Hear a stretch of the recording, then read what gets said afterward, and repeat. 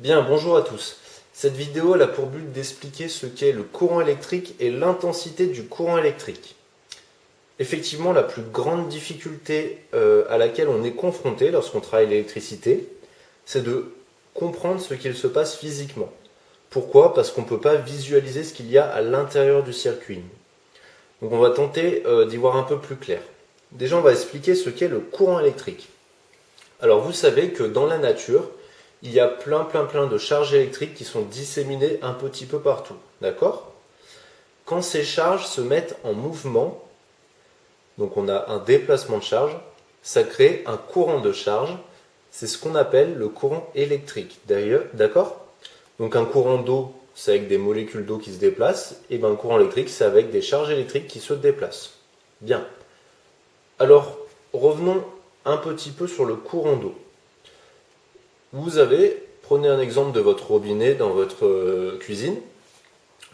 Vous voulez calculer son débit d'eau. C'est quoi le débit d'eau du robinet? C'est le volume d'eau qui s'écoule en fonction du temps. D'accord?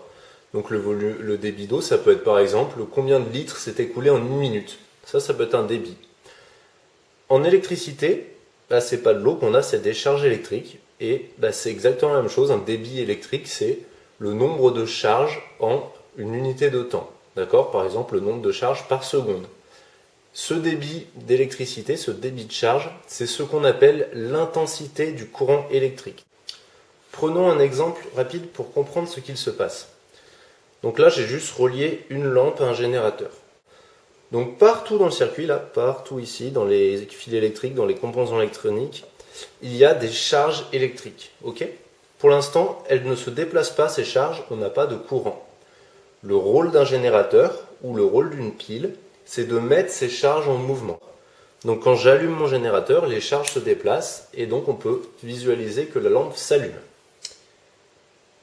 L'intensité du courant, maintenant, on l'a dit juste avant, c'est le débit de charge. Donc si j'augmente le débit avec mon générateur, la lampe va s'allumer, va briller plus fortement.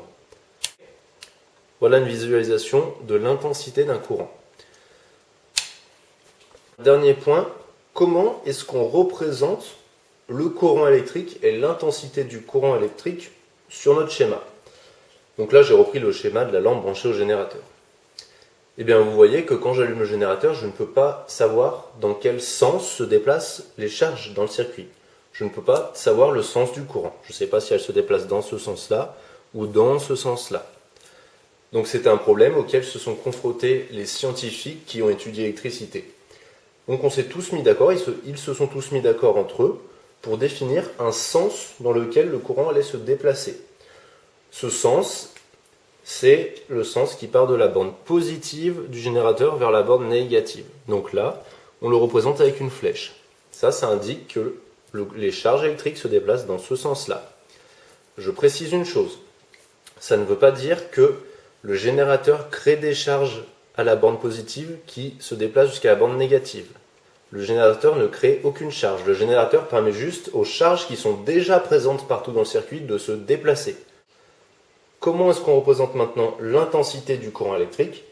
Eh bien, on inscrit juste au-dessus de la flèche un I. I comme intensité du courant. Voilà, c'est tout pour cette notion-là.